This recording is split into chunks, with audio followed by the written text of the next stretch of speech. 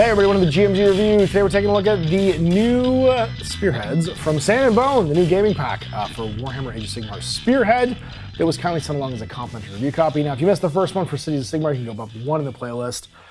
We are jumping in next with the Seraphon. I broke these into separate reviews because it's just, if it's all you care about is that new Spearhead, then you can refer to this in the future and not have to go through the entire review to check it out. So this is part 3 of the review of Sand and Bone, and we're into the Seraphon. So what comes in this box? Well, much like the previous Cities of Sigmar one and the next 2 to come, this is kind of the rest of what you would need to make a Seraphon army in Age of Sigmar. The previous one came with 2 units of Lizardmen, some Kroxigors, and a big old guy, whatchamacallit? I want to call him Krokgar because that's the name that he was when he was in metal. The Scarblood on Big Dinosaur. I can't remember what he's called. Scarblood on Carnosaur. And this is kind of all the infantry stuff. The skinks, you get some chameleon skinks in here, and you get the cool, the big new like artillery piece and the birds. So you also get more Saurus. So this is a great sort of foundation, if you will, to having like a full Seraphon army. If you got the 2, put them together, you effectively have like a great 1,000 to 1,500 point Seraphon army. I'm getting it going. Your Sunblood pack with Venomites token. Note, even though the Sunblood pack is a unit of 3 models, it is referred to as your general. So your general is the Sunblood pack with Venomites token. So you get your Venomites with that. And then you get a Spawn of Chotek, which is your hero. He's your Scarblood on foot. 3 Terror Wings, which is the flying dudes. 300s of Wanshi, 500s of Hanshi, so 2 units of 500 of Hanshi. This was the Warcry box set. And then 10 Saurus Warriors. And what do they do? If you haven't seen these before, I go through the units before I go through the enhancements and the regimental abilities. But I will talk about the battle traits because they're relevant. We have Hidden Hunters. Your 200s of Wanshi units and the Spawn of Chotek are not set up during the deployment phase. Instead, in the 3rd battle round onwards, they can use the following ability: Chameleon Ambush in your movement phase. Set this unit up anywhere in the battlefield more than 6 from the enemy, and it counts as a core move. And then Vengeance of Azer. End of any turn, pick an enemy unit in combat with a friendly Saurus unit to be the target. Roll a dice for each of the units for each target on a 4+ inflict mortal damage to the target. So bite attack for your little guys, and then the Spawn of Chotek and the Hunters of Wanshi get to ambush on the table from the 3rd battle round on, which is cool. So you get to launch an ambush. You're going to start with the Terror Wings, the Sunblood pack, the 2 units of, the 10-man unit of Saurus Warriors, which is huge on the battlefield. So let's talk about the Sunblood pack and the Spawn of Chotek. So the Sunblood pack is 1 Sunblood and 2 Saurus bodyguards. Each model is armed with a Celestite weapon. This unit's Venomites are a token. And you get the Celestite weapons. Basically, you have 3 health. You have a 4+ save and 1 control. A Sunblood is a potent warrior and leader whose roaring savagery inspires his fellow Seraphon after the primal ferocity. This guy might be the lowest wound hero. It's crazy. But there's each of these guys, I guess they technically have 9 wounds because you're going to remove the Spawn Chotek last, but that's 3 guys each with 3 wounds. Attacks 3+3+, rend 1, damage 2, so they're going to have 9 attacks between the 3 of them. And they have Scaled Protectors. While this unit includes a Sunblood, ignore the first damage point that will be allocated to the unit each phase and add 1 to their control score, so they become control 2. And then Savage Bellow. Declare, pick a visible friendly unit wholly within 12 of this unit to be the target and roll a die. On a 3+, the target's weapon have crit 2 hits for the rest of the turn, including companion weapons. And that would be all weapons, not just melee weapons. So you could do it to the Spawn of Chotek.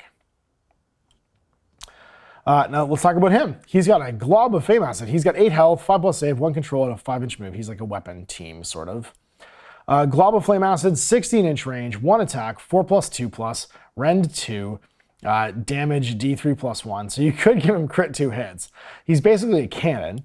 And his Fiery Maw is 3 attacks, 3s and 3s, rend 2, damage 3. So he's got a fire bite. He's really dangerous in melee. And then Sun Acolytes. This unit has a crew of 3 Sun Acolytes that are tokens. Add 1 of this unit's control score for each one that's there. If it has no Sun Acolytes, it has a maximum control score of 1. Each time you make an unmodified save roll of 1 for this unit, remove 1 of its Sun Acolytes from the battlefield after the attack ability has been resolved. And the damage point still inflicted. So basically your saves of 1 kill your tokens. Saurus Warriors, these are the same as the previous one. Get 2 attacks each, 3s and 3s, run 1 damage one. So very dangerous in melee, 2 health each, 4+ save. They got Ordered Cohorts. Add 1 of their saves if they're contesting an objective. And no reinforcements. You'll notice there's no reinforcements here at all. The Hunters of Huanchi, they have 10-inch range dart pipes, 2 attacks, 3s and 3s, because they're poisonous, with no rendered damage 1. And Feeble Claws, they're so bad in melee. 1 attack, 4+, 5s to wound, 1 damage. And they got Star Venom. Pick an enemy unit that does any damage points allocated at this turn by attacks made with the dart pipes to be the target. Roll a die at a 2+, subtract 1 from wound rolls for the target's combat attacks for the rest of the turn. And they got 1 health and a 6+ save, 1 control. But they show up on round 3 and just grab objectives. And then your Terror Wings, 2 health each, 5+ save, 1 control. They got Snapping Beaks, 3 attacks, 4s and 4s, 1 damage companion. But you could give them the crit 2 hits. And then in any combat phase, they can do a Nerve Shredding Screech. Pick an enemy in combat with this unit to be the target. Roll a die on a 4+, subtract 1 from their hit rolls. So these guys just kind of like move around people, get into combat with them, and then screech them to make them worse at hitting things. You can also debuff, obviously, from turns 3 on with the Hunters of Huanchi. But you're going to start with the Saurus and the Terror Wings and the Sunblood pack, and the Spawn's going to come on later. So you're going to have, like, it's funny because these guys operate a little bit like the old Ogre Kingdoms or Ogre Maw Tribes Spearhead. We have a big, powerful set of guns that arrive and, like, just shoot people and grab objectives in the 3rd round. All right, Regimental Bleeds. Now, remember, these are picked by the attacker first and then the defender, so you can respond to your opponent with these if you need to. The previous one, there was a clear winner. Scaled Aegis, pick a friendly Saurus unit to be the target in your hero phase. Roll a dice on a 3+, they have a 6+ ward until the start of your next turn. So every turn on a 3+, they get a 6+ ward. And then in your shooting phase, Followers of Huanchi, pick a friendly skink unit to be the target. Roll a die on a 3+. Their ranged weapons have crit auto wound for the rest of the turn, including companion weapons. I would never take this one because you're only getting it from turn 3 on. So again, it's not every hero phase, but probably 3 out of your 4, you're going to make that roll and you're going to have a 6+ ward in your Saurus. Yeah, I mean, even if you fail 1 of the rolls, even if you fail 2 of the rolls, you're getting just as much effectiveness out of that as you are maybe out of the Followers of Huanchi. And only 1 of the 2 units get this ability because there's 2 units of 5. So I think Scaled Aegis is just a no-brainer because, like, you're just going to have it for more of the game. And then your Sunblood pack is going to get 1 of these enhancements, either Instinctive Commander in your hero phase, pick a visible friendly unit wholly within 12 of your general and not in combat.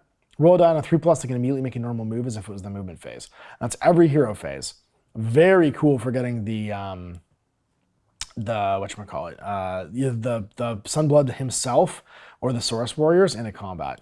Now the Terror Wings can move 12 inches, so you could also have them move around. I think they're infantry. No, they're beasts. Never mind. Never mind. But it doesn't matter because it's just friendly visible, so they can do it too. Venomite Swarm. Pick an enemy unit in combat with your general, be the target. If your general's Venomite's token is on the battlefield, roll a die. Or D3, sorry. On a 1, remove the token. On a 2+, do mortal wounds equal to the number of your roll. And then Blessed by the Old Ones. Your general must use this ability if it's been destroyed. Roll a die on a 2+. Set up a replacement unit with a Sunblood model anywhere in the battlefield more than 6 from the enemy. So the Sunblood is just coming back to life. And then Savage Mauling. Pick an enemy unit in combat with your general to be the target. Ward rolls can't be made for the target for the rest of the round in any combat phase. Being able to move, these are all actually kind of great. Venomite Swarm's a nice way to get through armor. No ward rolls can be really big against certain armies that are like swimming in ward saves. It's probably the least of these because that's really conditional upon your opponent. But come back to life on a 2+, and just get a unit back when you have no reinforcements. Instinctive Commander, getting to move in any hero phase if you're alive and on the table. And then Venomite Swarm just doing extra damage. I think I'd top rate Blessed by the Old Ones and Venomite Swarm. And then Instinctive Commander's next. But again, based upon who you're playing. And then Savage Mauling is if you have an opponent that it would work well with. So yeah, there it is. The Seraphon Sunblood Prowlers. Man, this is a great addition to the previous one.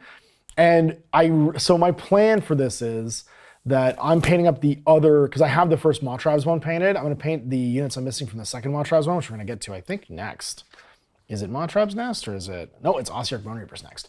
And then Bob is going to paint the Ossiarch Bone Reapers one, and we're going to play a Path to Glory campaign, combining 2 Spearheads as the basis of our armies, and see how that goes. But this Seraphon one, just like the previous Age of Sigmar one, really cool basis for an Age of Sigmar army, and I think for me, the obvious next step is going from Spearhead to Path to Glory. So that's where I'm going to go with my my Maw tribes, while Bob does it with his Ossiarch Bone Reapers. So we'll be back with the Bone Reapers themselves, the next of the Spearheads. Thanks for watching. You can click on that video and click back to the Age of Sigmar one if you want to see it. Thanks for workshops on this along. If you guys for watching, I'm Mash.